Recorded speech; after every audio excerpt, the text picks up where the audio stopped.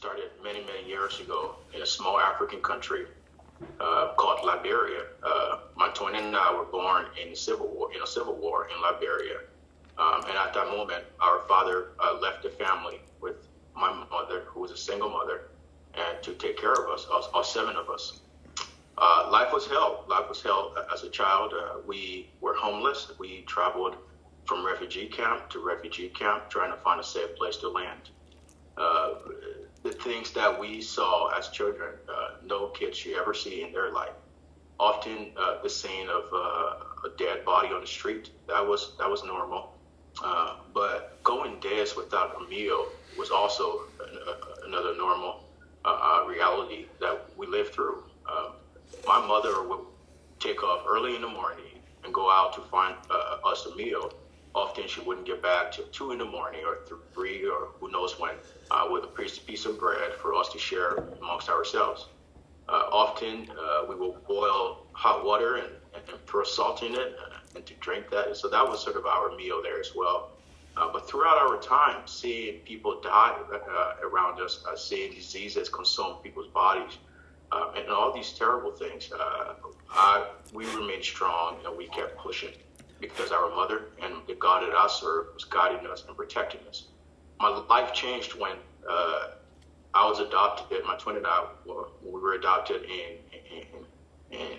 while we lived in a displaced camp. We had a white missionary that went back to Liberia and to deliver aid. And we saw her handing out candies, and I ran up to her, grabbed her hand, and wouldn't let go. And she tried to wiggle her hand out of mine, and I just was so fascinated with her skin, and I thought it was fascinating. I'd never seen anyone that didn't look like me at that point. So she handed me a candy, and I grabbed the candy in one hand, and I held onto her other hand. Well, eventually she asked to see my mother, and so I took her to where we homesteaded. We homesteaded under a stairwell in a rundown soccer stadium. So we went over there, and she met my mother. My mother told her to take us. Now, fast forward, we're sitting on a plane, and my mother's in the terminal looking out at the plane as the plane was ready to take off out of Liberia.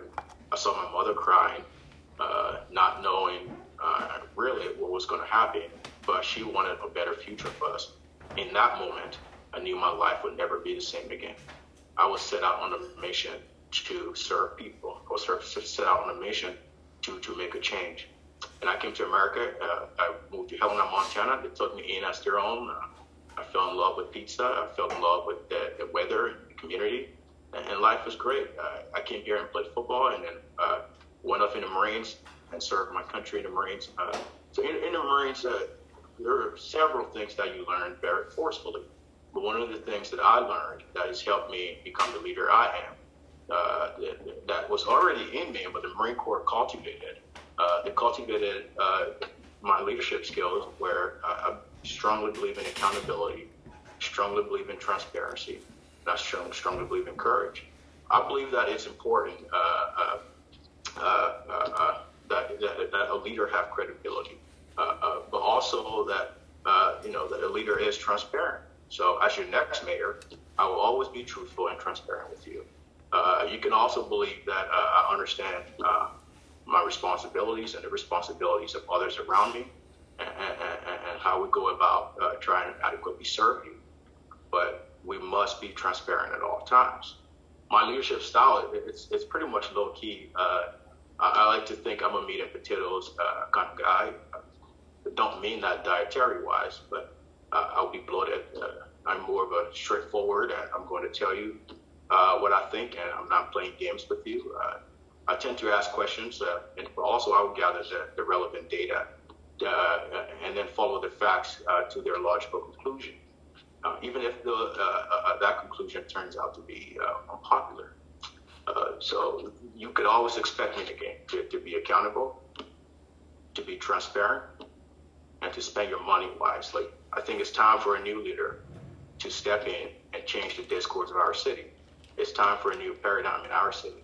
And I'm the leader you can count on to lead us down a prosperous road.